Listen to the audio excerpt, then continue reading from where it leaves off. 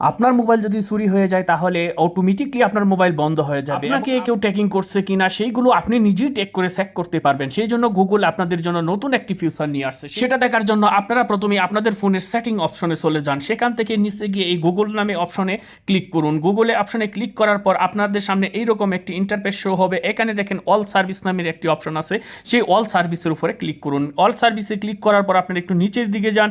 নিচের দিকে যাওয়ার পর এখানে দেখেন টেক প্রোটেকশন, এইটাতে ক্লিক করুন। এটাতে ক্লিক করার পর এইখান থেকে একটা ভিডিও দেখুন যে আপনার মোবাইলটাকে যদি কোনো চোর নিয়ে দৌড় দেয়, দৌড় দেওয়ার পর অটোমেটিকলি মোবাইলটি লক হয়ে যাবে। সেই জন্য আপনারা এই অপশনটি অন করে রাখুন। প্রত্যেকটা অপশন আপনারা এভাবে অন করে রাখুন, অফলাইন ডিভাইসও লক হয়ে যাবে।